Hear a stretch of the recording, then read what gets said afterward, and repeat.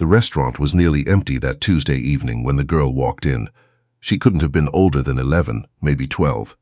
Her coat, if you could call it that, was a man's flannel shirt, 3 sizes too large, buttoned wrong at the collar.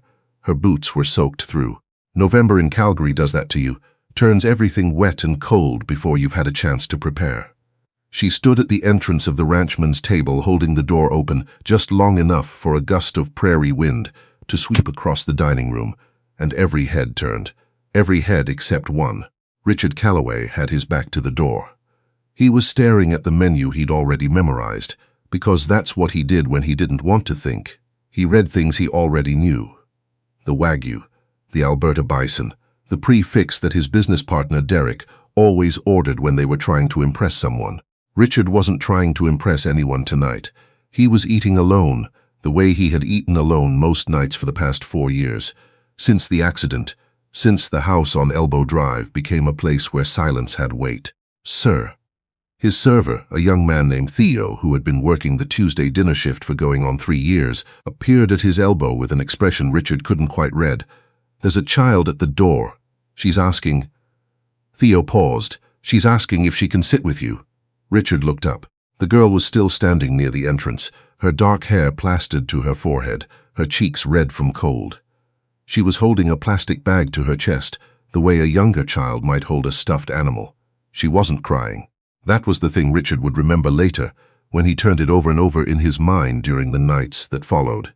She wasn't crying at all. She was just standing there, looking at him with eyes that were steady and dark and utterly serious.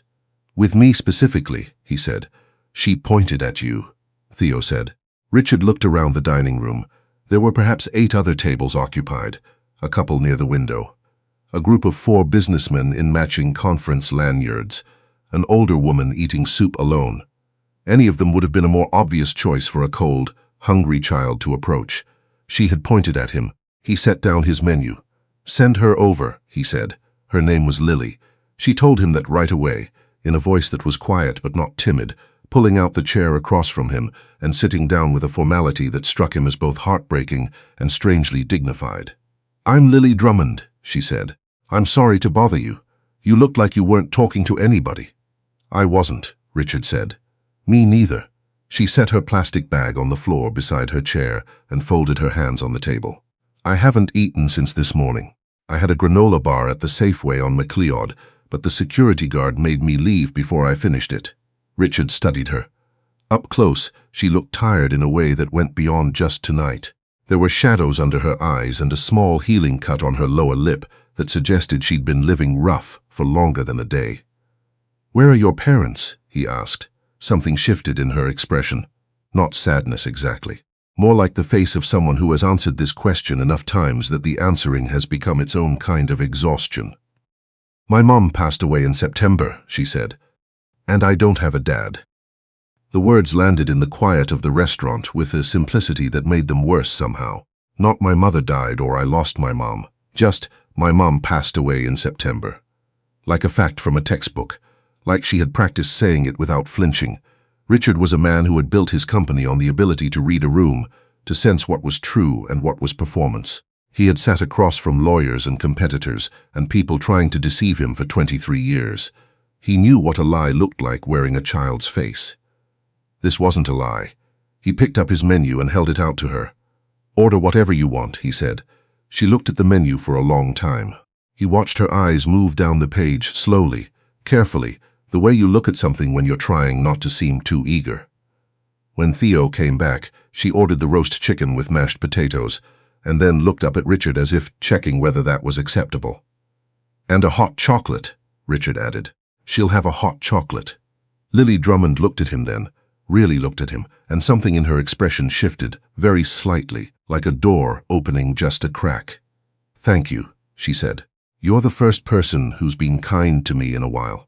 Richard Calloway, who had not cried since the morning of the accident, who had not cried at the hospital or the funeral, or the 43 nights he lay awake after, staring at the ceiling of a bedroom that still smelled faintly of his wife's shampoo, felt something move behind his ribs that he hadn't felt in a very long time.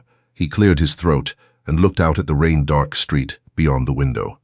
Well, he said, eat first. Then you can tell me about yourself." She ate the way people eat when they're not sure when they'll eat again. Not fast, not messy, but with a focused attention that meant nothing went to waste.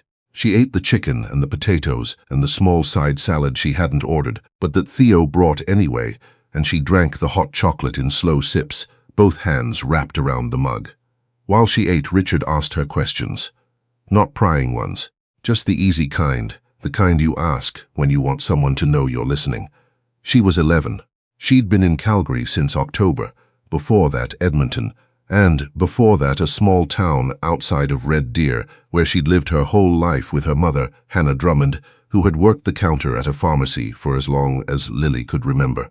Hannah had gotten sick in the spring, a kind of cancer, Lily said, with the imprecision of a child who had been given information in doses too small to fully understand, and by August she was in the hospital, and by September she was gone. There were no grandparents, no aunts or uncles that Lily knew of. She had been placed briefly with a foster family in Red Deer, a couple whose name she offered without emotion and whose home she had left. "I just left," she said simply, and didn't elaborate, and since then she had been making her way south by bus and by walking, sleeping in the overnight shelter on Center Street when there was room, and sometimes in the covered bus shelter on 17th when there wasn't. "Why Calgary?" Richard asked. Lily reached into her plastic bag and pulled out a small envelope, worn at the edges, sealed. She set it on the table between them. "My mom gave me this before she died," she said. "She said to open it when I was ready. She said it would explain things." She paused. "I'm not ready yet." Richard looked at the envelope. His name was not on it. But something about the way she had carried it, against her chest, inside the bag, told him it mattered more than anything else she owned. "You don't have to tell me anything you're not ready to tell," he said. She nodded. She drank the last of her hot chocolate, and then she looked at him with those steady, serious eyes and said, "Can I ask you something?" "Go ahead. Do you have anyone at home?" The question hit him somewhere unguarded. He thought of the house on Elbow Drive, the kitchen light he left on every night, because the dark in that room was particular. The photographs he had turned face down on the mantel in the first weeks and never turned back. "No," he said. "Not anymore." Lily Drummond nodded, as if this confirmed something she had already suspected. "Me neither," she said. He didn't plan what happened next. Richard Calloway was a man who planned everything. He had a project manager, a personal assistant, a weekly review process that his business coach had prescribed. He planned his meals and his meetings and his quarterly giving to the Alberta Children's Hospital because even his generosity had a system. He did not plan to say, "You can't sleep in a bus shelter tonight, it's -8. He did not plan to drive her to the hotel on 9th Avenue, where he kept a corporate account and explained to the front desk that this child was the daughter of an old friend and needed a room for the night. He did not plan to buy her a proper winter coat from the Hudson's Bay on his way back past, or to pick up a toothbrush and a pair of socks and a granola bar for the morning, leaving them in a bag at the front desk with a note that said, "I'll be back at 9. Don't go anywhere." He didn't plan any of it. It happened the way things happen when the careful structures you've built around yourself develop a crack, and something gets through that shouldn't be able to. On the drive home, he sat at a red light on McLeod Trail and realized his hands were shaking. Not from cold, from something else entirely. A feeling he couldn't name that lived somewhere between fear and relief and the particular ache of a thing you thought was finished in you, turning out not to be finished at all. He sat through a green light without moving. The car behind him honked, and he drove. She was in the lobby when he arrived the next morning. She had found the hotel's complimentary breakfast, the decent kind, with eggs and fruit, not just cereal, and she was sitting at one of the small tables near the window, eating methodically, her plastic bag on the chair beside her. The new coat was folded across her lap. She hadn't put it on yet. She was holding it like something she hadn't decided to trust. When she saw him, something crossed her face that Richard had to look away from. It was too close to the expression his daughter used to make when she was very small, when he would arrive to pick her up from something, and she'd run across the room toward him, arms out, fully certain he would catch her. He had a daughter. Had. Madeline, 8 years old at the time of the accident, gone with her mother on a Sunday morning, heading to the farmer's market on 4th Street. A truck had run a red light on the way home. He knew this was not Madeline. He knew Lily Drummond was a different child, a living child, an 11-year-old stranger sitting in a hotel lobby in Calgary eating scrambled eggs. He knew all of this, and yet, "I thought you might not come back," she said when he reached the table. "I said I would," he said. "People say a lot of things," she said, not bitterly, just as information. He sat down across from her and folded his hands on the table and said, "I need to understand your situation better before we figure out what to do. Is that all right with you?" She looked at him carefully, the way she had looked at the menu the night before, taking her time, making sure. "Okay," she said, "but I want to show you something first." She reached into her bag and brought out the envelope. She set it on the table between them, and this time she didn't put it back. "I think I'm ready," she said. The letter inside was handwritten, 2 pages, front and back, in the careful cursive of a woman who had learned to write when penmanship still mattered. Hannah Drummond's handwriting. Lily knew every loop of it, from birthday cards and grocery lists, and the notes her mother used to put in her lunch when she was in grade 3. She let Richard read it. He read it twice, quietly, his face very still. The letter explained certain things. It explained that Hannah Drummond had been 19 years old when she met a man named Richard Calloway at a conference in Edmonton, a man who was already successful, already serious, already moving fast in a direction that did not include her. It explained that she had known for 3 weeks before she told him, and that his response, not cruel, not unkind, but clear, had been that he could not be part of this, not then, not in the way that mattered. It explained that she had understood, that she had not blamed him, that she had made her peace with raising Lily alone, and had built a life that was good and full, even if it was small. It explained that she was writing this letter not to create obligation or demand anything from anyone. She was writing it because Lily deserved to know the truth, and because Hannah was dying, and because there was no one else to tell her. "His name is Richard Calloway," the letter said. "He is a good man, or he was, and people don't change as much as they think they do. If you find him, don't be afraid. You have his eyes. You've always had his eyes, and I have always loved you for it." Richard set the letter down. He did not speak for a long moment. The hotel breakfast room hummed quietly around them. Someone was refilling coffee near the buffet. A child at another table was complaining about the orange juice. Richard looked at Lily. She was watching him, still and steady and entirely herself. "You came to find me," he said. "I had your name," she said. "And Google." He almost laughed. Something broke open in him very quietly, in a way that hurt and didn't hurt at the same time. "I need to," he started. "There are things I need to verify, to make sure everything is." He stopped, cleared his throat. "Not because I doubt your mother. I don't. I just need to do this properly." "I know," Lily said. "That's okay. It might take a little while. I've been waiting my whole life," she said. "I can wait a little more." The DNA results came back in 11 days. Richard had engaged a private clinic, had the samples processed with a discretion and speed that money makes possible, had told no one, not his assistant Brenda, not his business partner Derek, not his longtime lawyer Hugh Alford, what he was doing or why. In those 11 days, Lily stayed at the hotel. Richard moved her to a better room on the 6th floor that had a small sitting area and a view of the Bow River. He arranged for 3 meals a day through room service, set up an account so she could order without needing cash. He brought her books. He didn't know what an 11-year-old read, so he brought several kinds and let her choose. She chose a novel about a girl sailing solo across the Atlantic and a bird identification guide for Western Canada, which surprised him. He visited each afternoon after work. They fell into a routine that neither of them named.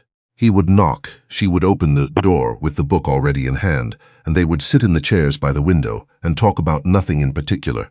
Her observations about Calgary, which she had begun to like, the pigeons on the hotel ledge, the mountains visible on clear mornings from certain angles, the way the light changed here, in a way that was different from Red Deer, more sky, somehow. She did not ask him about the test. She seemed to understand that asking would change the thing they were building in those quiet afternoons, that it needed to be allowed to exist separately. On the morning of the 11th day, Richard opened the results at his desk with the door closed. He read them once. Then he sat back in his chair and looked at the ceiling of his office, the corner office on the 22nd floor of Calloway Infrastructure, the office he had worked for 20 years to earn. And he thought about Hannah Drummond. A girl of 19 at a conference in Edmonton, with her whole life compressing into a single decision in a way she hadn't asked for, and the grace with which she had carried it. He thought about his wife, Catherine, who had known him better than anyone, who had loved him well and completely for 17 years, and was now 4 years gone. He thought about Madeline, who would have been 12 now, he realized with a start that struck him almost physical, almost exactly Lily's age. He sat at his desk for a long time. Then he picked up his phone and called Hugh Alford. "I need you to draw up something," he said. "I need to talk to you about custody and guardianship and what it looks like to bring a child into my household." There was a brief pause on the other end. "Richard," Hugh said, "is there something you'd like to tell me?" "Yes," Richard said. "I think there is." He drove to the hotel himself that afternoon.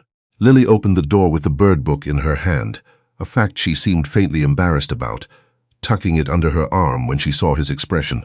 "What is it?" she said.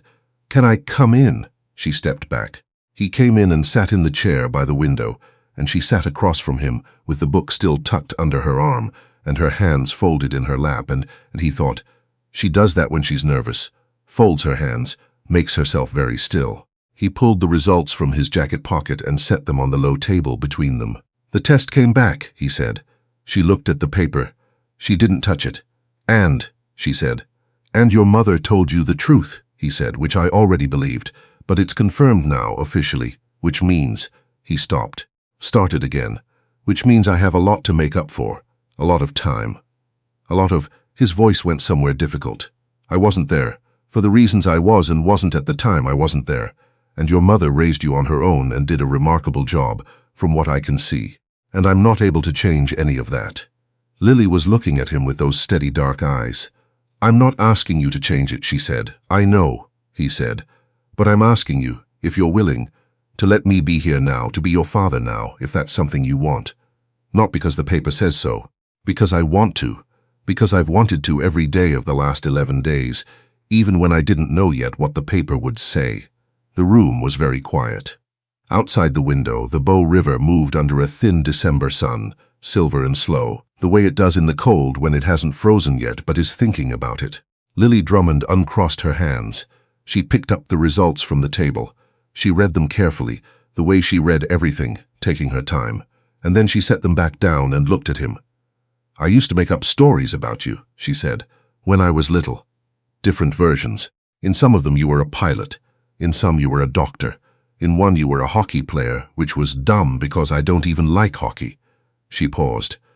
"I never made up one where you owned a construction company. Infrastructure," he said. "We build bridges, mostly." Something crossed her face then, a small private amusement, the kind that lives just behind the eyes. "That's kind of fitting," she said. He felt it again, that thing behind his ribs, that warm and aching thing. He breathed through it. "Is that a yes?" he said. She considered him for a moment longer. 11 years old, sitting in a Calgary hotel room in November, having walked most of the way here from a life that had fallen apart, carrying her mother's letter and her mother's grief and her mother's hope in a plastic bag against her chest. "It's a yes," she said. The legal proceedings took the better part of 3 months. Hugh Alford proved himself worth every dollar Richard had ever paid him, navigating the provincial child welfare system, and the questions of guardianship and the careful paperwork of a situation with no easy precedent. There were interviews and home visits and background processes, and through all of it, Lily stayed at the house on Elbow Drive, in the room that Richard had quietly repainted a deep teal because she had mentioned offhand that she liked the color of the Bow River in winter. She was a self-contained person, Lily Drummond. She made her bed in the mornings without being asked. She did her homework at the kitchen table and cooked simple things on the weekends, scrambled eggs, pasta, a kind of soup she'd learned from her mother that involved whatever vegetables happened to be in the fridge. She explored the house carefully, the way you explore a place you're not entirely sure is yours yet, opening doors and closing them again, running her hand along bookshelves. The books on those shelves had belonged to Catherine mostly. Richard had not moved them. He had not moved much of anything in 4 years. He understood, in the weeks after Lily arrived, that this had been a kind of preservation, an attempt to hold the house as it had been, as though motion might make the loss more real. But he watched Lily move through the rooms, and he found that her presence didn't disturb the memory of them. It sat beside it, something new alongside something kept. In January, she started at the school 6 blocks away. She came home on the first day and sat at the kitchen table while Richard made coffee and told him that there was a girl in her class named Abby who had the same Birdfield guide, and that this seemed like a promising sign. "Was it?" Richard said. "I think so," Lily said. "We're eating lunch together tomorrow." He set down his coffee cup and turned around and just looked at her for a moment, this child at his kitchen table, doing homework with the kind of focused calm that reminded him, in a way that no longer only hurt, of someone he had loved very much. "Good," he said. She looked up. "What?" "Nothing," he said. "I'm glad you told me." She held his gaze for just a second longer than necessary, and then she looked back at her homework, and there was a small curve at the corner of her mouth that she didn't try to hide. The guardianship was finalized on a Wednesday in February, in a wood-paneled office in the courts of Queen's Bench. Hugh was there. Brenda, who had known by December and had cried in Richard's office doorway when he told her, was there. Lily wore a blue dress she had chosen herself and her winter coat, the good one from Hudson's Bay, which she had now fully decided to trust. The judge, a woman named Justice Brenner, with reading glasses on a chain and the brisk, warm efficiency of someone who has seen too much paperwork and not enough good news, asked Lily if she understood what was happening and if she was in agreement. "Yes," Lily said. "And are you happy with this arrangement?" Justice Brenner asked. Lily thought about it for a moment, the way she thought about everything, taking her time. "I am," she said.